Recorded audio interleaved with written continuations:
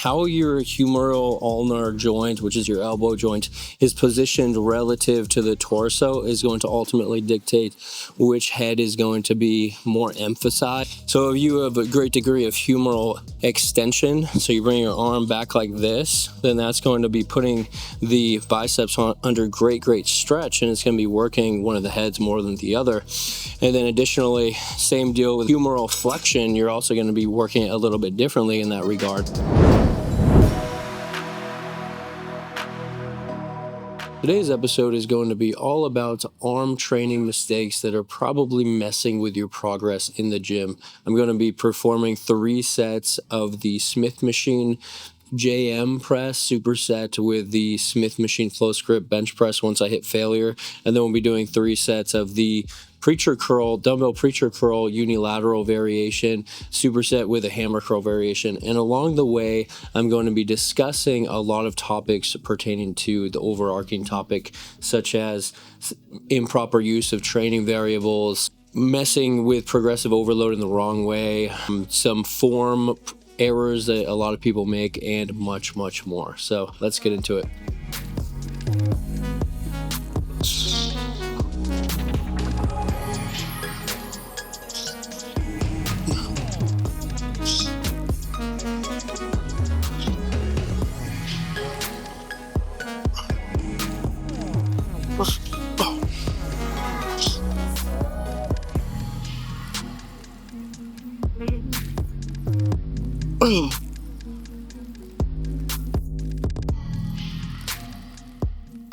Major mistake that I see people make is they fail to implement training variables such as volume and frequency into their programs effectively. Of course, there's more training variables than that, but I feel like those are the ones most misunderstood.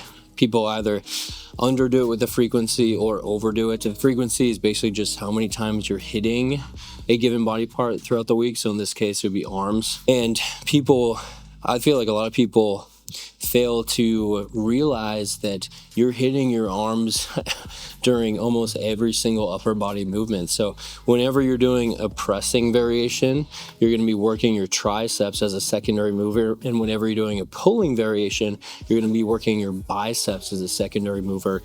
And therefore, you should be counting that as a form of frequency, but also a form of volume. So if you're hitting a chest day and you're doing a ton of pressing, you should probably be counting that as one-time frequency for your triceps. And of course, you want 2 or more, probably between 2 and 4 at the higher end.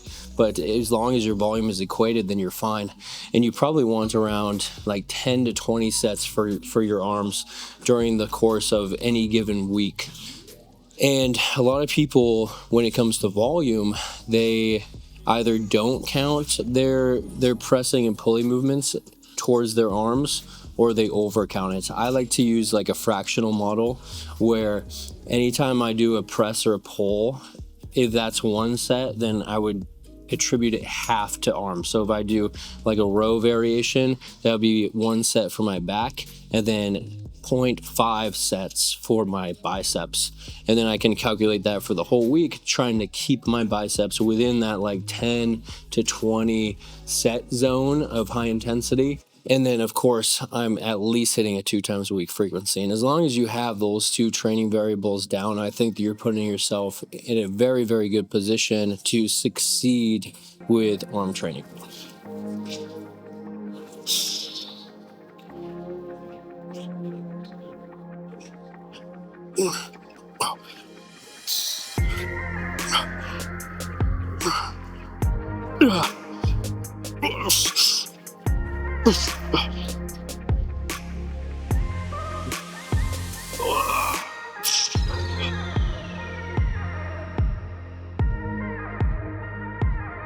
It seems like people only treat the big compounds lifts such as your bench press and your row variation or your pull-up or something like that with progressive overload in mind, and they let all the isolation lifts kind of fall by the wayside. And I get that form of thinking because, of course, it is easier to progressively overload compound lifts since they're involving more joints and thus more muscles. So you can ultimately lift more weight and you can more easily get stronger at them, and it's more fun. It's easier to see progress and all that jazz. But I do believe that if you really want to get the most out of your arm training that you should be treating isolation lifts such as the curls and the extensions and all that with the same amount of emphasis and vigor and intensity and joy, So, and I think that why would we treat them differently anyway? It's still an exercise, and ultimately, if you want to get better at a lift and make all the progress that you could, then you should be treating each and every lift that you're doing with the same respect as the last.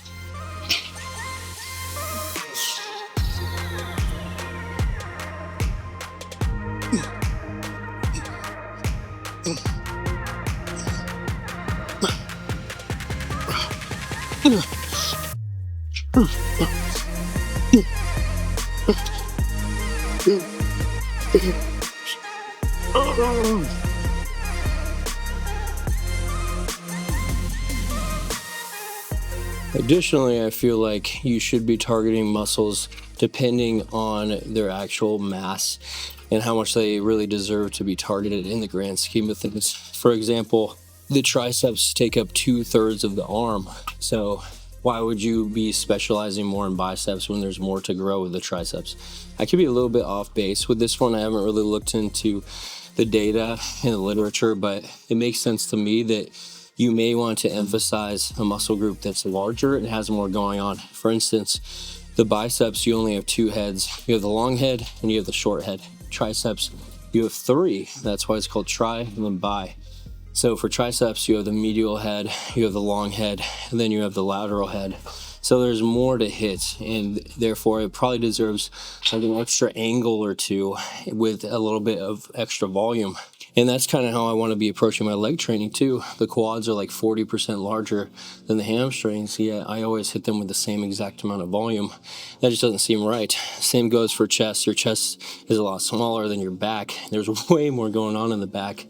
So don't you think that you should probably hit it with a little bit more volume, more exercises, more angles, et cetera, et cetera?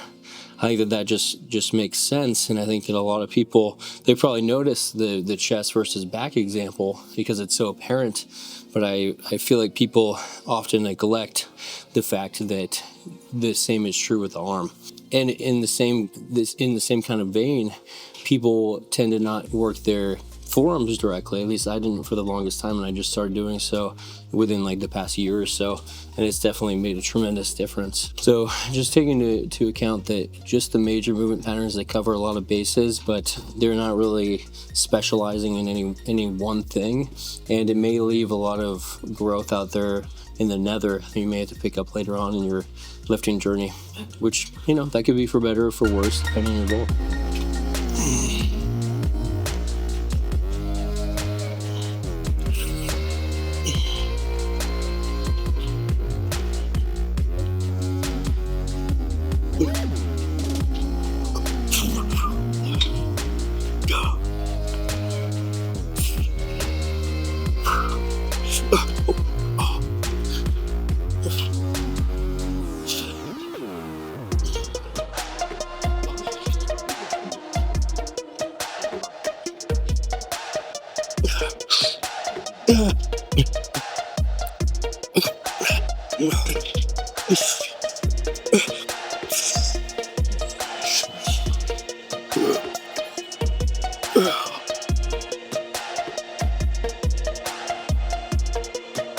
With bicep curl variations, I feel like a lot of people tend to overemphasize momentum, whether they notice it or not.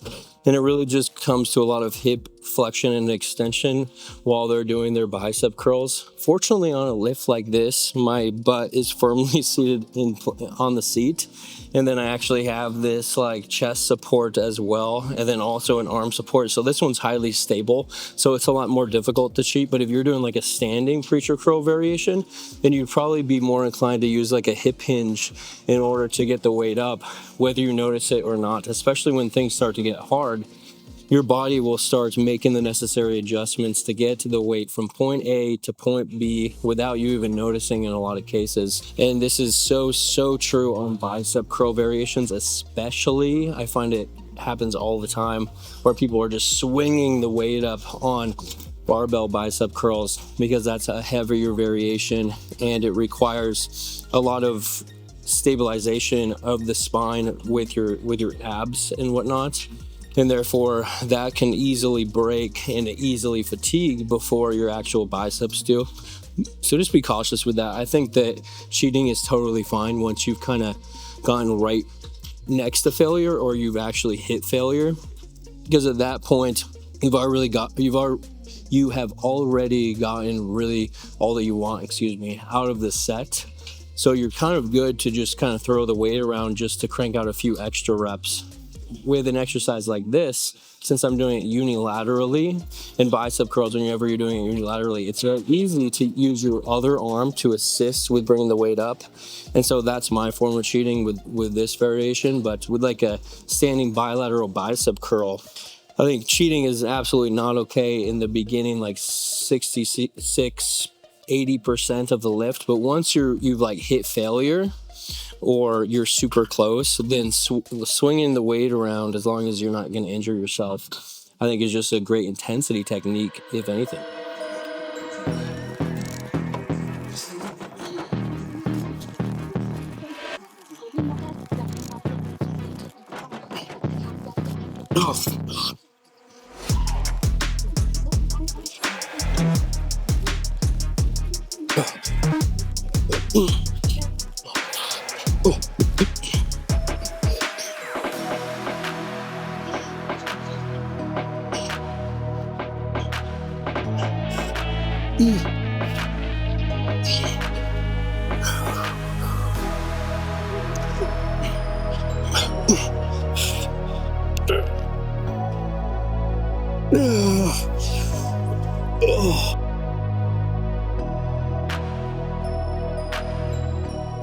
Well, any form of elbow flexion is going to be working the biceps to the maximum degree, and any form of elbow extension is going to be working the triceps to the maximum degree. How your humeral ulnar joint, which is your elbow joint, is positioned relative to the torso is going to ultimately dictate which head is going to be more emphasized. So if you have a great degree of humeral extension, so you bring your arm back like this, then that's going to be putting the biceps under great stretch, and it's going to be working one of the heads more than the other. And then additionally, same deal with humeral flexion, you're also going to be working it a little bit differently in that regard. And then same deal with the triceps as well. If you're doing a huge degree of humeral flexion, you're going to be hitting the long head easier since it crosses the shoulder joint and the glenohumeral joint, as well as the humeral ulnar joint. So the shoulder joint and the elbow joint respectively. So I think that while if you just include like one variation of an extension exercise and one variation of a curl, you're going to be hitting your muscles very well. If you want to really emphasize them in all the ways that they can be, then try messing with your humeral angle relative to your torso. Try bringing your humerus into flexion above your head, or try bring it into extension behind your body, and just play around with flexion and extension in that regard and see what really works for you.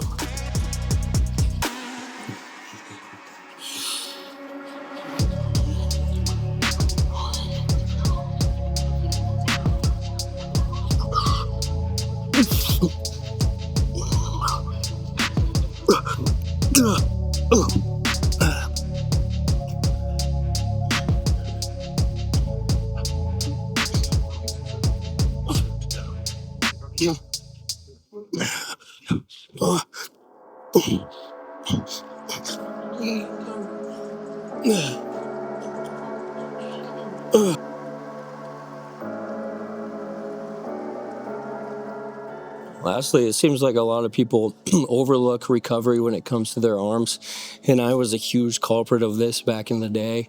And even just recently with my MyoMax training program, I would totally overdo it on the arms because I just thought that, oh, they're smaller muscles, they're used every day, and therefore they can recover way easier. And I think that it's harder to notice when your arms are not recovered versus something like your legs. Like your legs, it's gonna be hard to sit down to take a shit. Like you'll feel it. Versus with your arms, you use them every day and you just don't really notice when they're super sore unless you really, really overdid it. So it kind of brings me back to my first point about keeping your training variables in line. As long as you're keeping those in line, then you probably should be good in terms of your recovery. But this is just kind of a final reminder that try not to overdo it, don't underdo it. Find that sweet spot for you. It may take some trial and error, but use the guidelines that I laid out in the beginning of the video in order to kind of fill in how you should be approaching this. And then lastly, I just want to kind of talk about the brachialis, which is the muscle deep to the biceps sitting in here. When you hypertrophy that muscle, so make it grow, it's actually going to push apart your biceps and triceps. So if you want bigger arms, kind of highlighting that muscle can be a great way to kind of, if nothing else is working, then that can be a great muscle to hypertrophy in order to give the appearance of a larger arm. And it will be a larger arm since it is. And how you target that is by doing some neutral grip curls.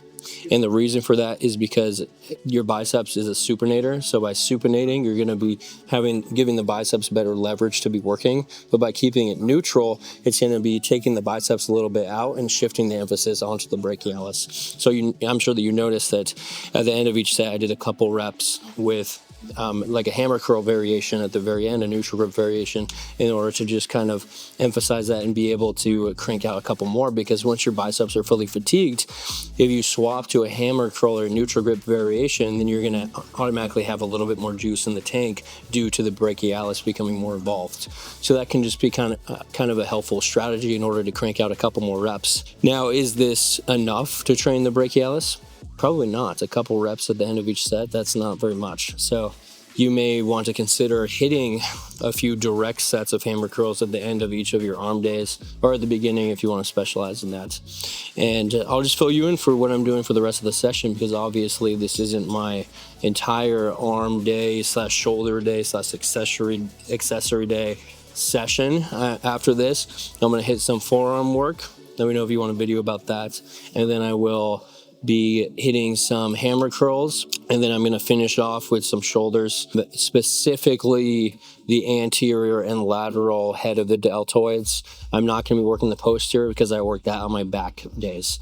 So I'll be doing some sort of press. I'll probably do the cable press like I showed off a few episodes ago. And then I will do some sort of lateral raise. I'm not sure which one yet. I'm going to get creative with it. We'll figure it out. But anyways, thanks for watching. See you tomorrow for the next one. It's going to be back day. Bye.